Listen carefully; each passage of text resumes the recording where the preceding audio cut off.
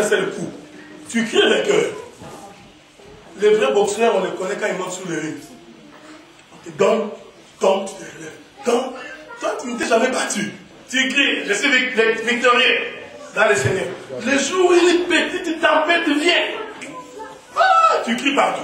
Oh frère, il s'exagère. Vous comprenez? Parce que tu n'as pas goûté ce que c'est un coup.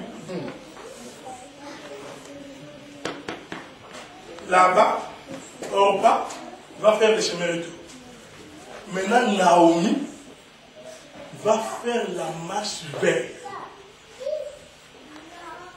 Je vous prends 25 minutes pour finir, pour toucher quelque chose. Rentrons dans le livre d'Esther.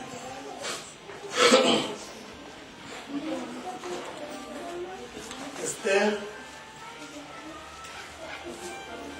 je voulais que nous prenions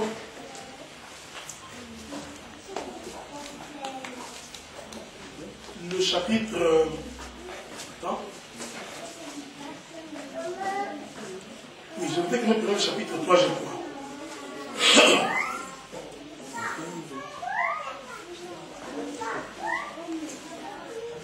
Le chapitre 3, le verset 10, je commence par là.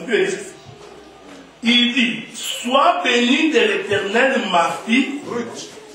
Oui, j'ai dit Ruth, chapitre 3. J'ai dit Esther? Ah, je m'excuse. Donc vous êtes tous partis chez Esther. Ruth, chapitre 3. Je m'excuse. Ruth, chapitre 3, le verset 10. Ce sont des sœurs. Voilà. Et il dit, Ruth, chapitre 3, verset 10. Et il dit, sois bénie de l'Éternel, ma fille. Ces derniers traits témoignent encore plus en ta faveur que les premiers, car tu n'as pas recherché des jeunes gens, pauvres ou riches. Maintenant, ma fille, ne crains point, je ferai pour toi ce que tu diras. Je voudrais comme ça. Voilà. Ruth va revenir avec l'homme. Dimanche prochain, on touchera les retours de Ruth pour expliquer c'est aussi dans les voies. Quand Ruth retourne, ils arrivent dans les pays d'Israël. Notre sœur bien-aimée Naomi va l'envoyer dans les champs de Boaz.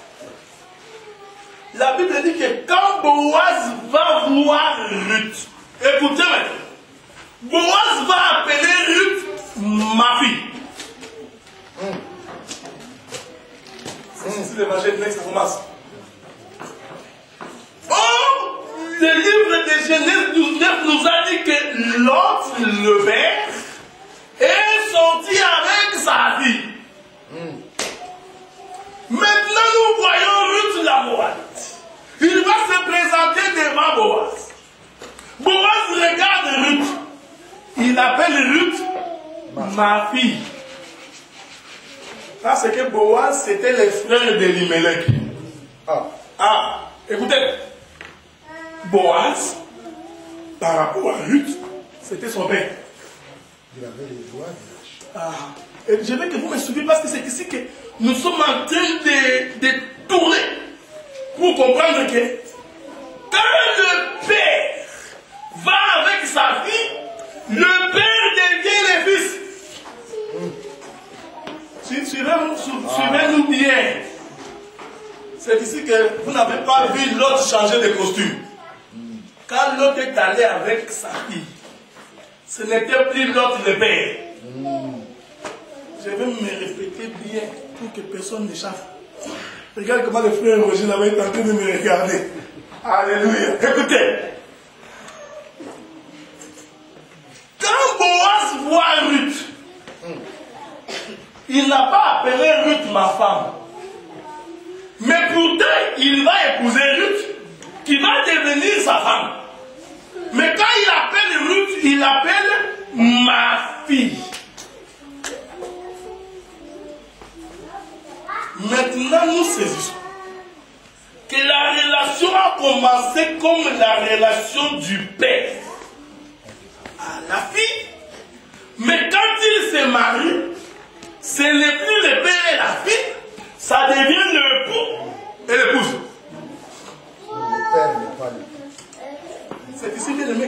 vous expliquant que Jésus-Christ, c'est lui Dieu le Père, vous êtes scandalisés.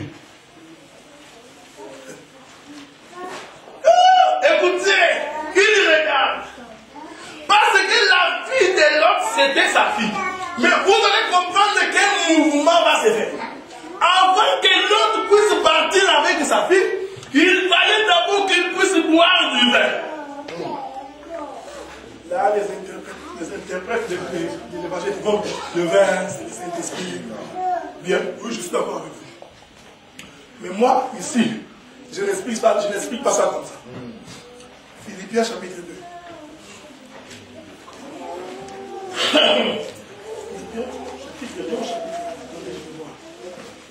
Chapitre 2. Philippiens chapitre 2.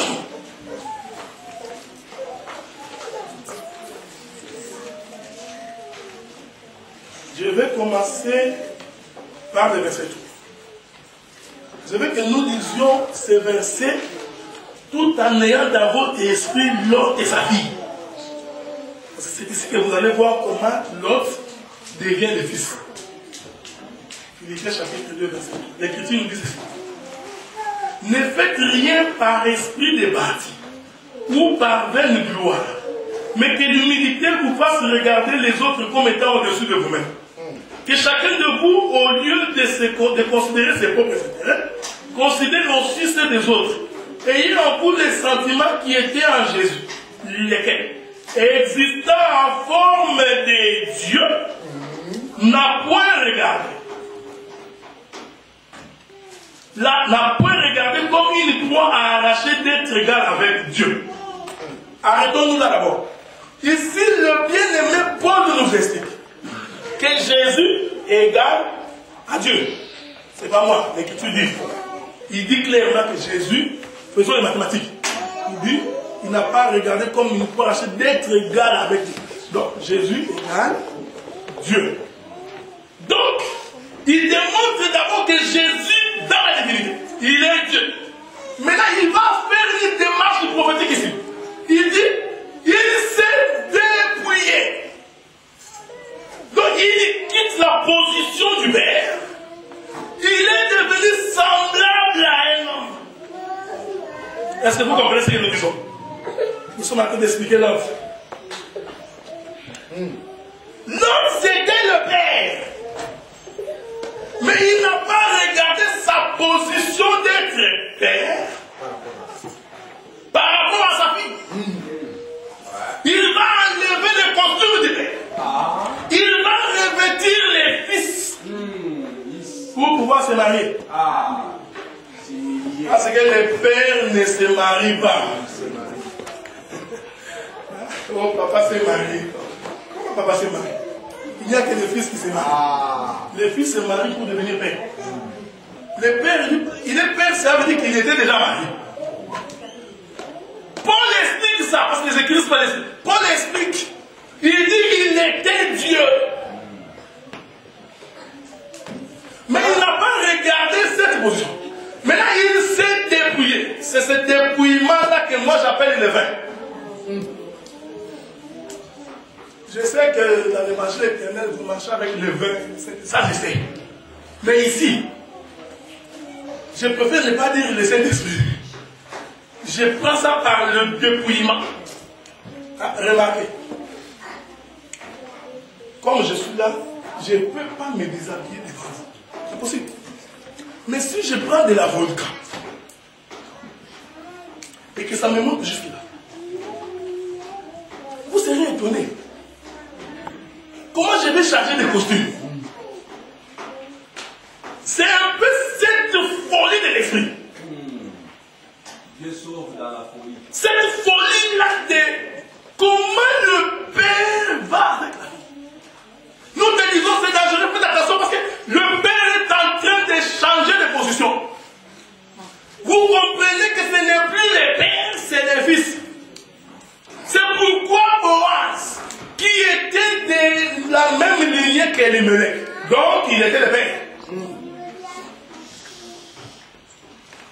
Mais quand il veut racheter Ruth, c'est en tant que fils qu'il va les racheter. devenir ma fille, ensuite il va devenir la femme. Donc ce n'est pas la fille qui est devenue mère. Ça c'est la position contraire à l'évangile. C'est le père qui devient fils. Je vais vous donner un type. Abraham réalisa que Isaac devait se marier. Ça c'est d'abord la lettre. Abraham. Il réalisa que Isaac devait se marier. C'est-à-dire que le souci de se marier n'est pas monté dans le cœur d'Isaac.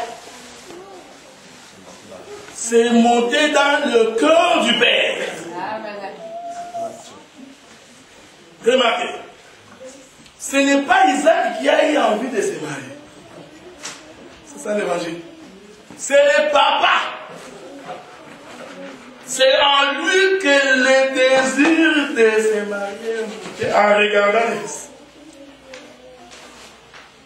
Les Écritures nous disent, deuxième témoin. L'Éternel Dieu trouva qu'il n'était pas bon que l'homme soit seul. Ce n'est pas l'homme qui lui avait dit que je n'étais pas bon. C'est le Père qui trouva que ce n'était pas bon. Maintenant, Abraham trouve non, Isaac doit se marier. Le désir vient du Père pour avoir. Maintenant, comme il ne peut pas se marier en tant que père, il y avait déjà Sarah, ça c'est l'homme. Il devait se faire fils. J'aime bien ça. Il va appeler le plus ancien de ses serviteurs. Frère qui s'est appelé Rico. Il dit, je vais te faire jurer par ma puissance. Écoutez. C'est-à-dire que le père a soulevé sa robe. Pour que les serviteurs entrent dans le père. Je veux que vous me suivez. Le père s'est dénudé pour amener les serviteurs à trouver la femme. J'ai dit ça calmement parce que j'ai l'impression que parce que vous me regardez, c'est comme si vous ne me comprenez pas.